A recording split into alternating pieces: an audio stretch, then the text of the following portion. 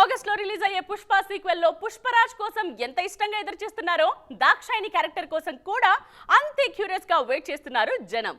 Anasuya career లో చేసిన క్యారెక్టర్లలో దాక్షాయినికి అంత పేరు వచ్చింది. మరి 2023లో నంబర్ ఆఫ్ మూవీస్ తో జనాలను పలకరించిన అనసూయ ఈ ఏడాది ఏం చేయబోతున్నారు చూసేద్దాం రండి. సిల్వర్ స్క్రీన్ రంగమ్మత్త అనసూయ ఏం చేసినా సంచలనమే. ఆమె సినిమా యాక్సెప్ట్ చేశారంటే ఆ క్యారెక్టర్ లో ఏదో ఒక స్పెషాలిటీ ఉండి తీరుతుందనే నమ్మకం ఆడియన్స్ ది. స్క్రిప్ట్ సెలక్షన్ టైంలో ఈ విషయాన్ని గట్టిగానే గుర్తుపెట్టుకుంటున్నారు మేడం అనసూయ.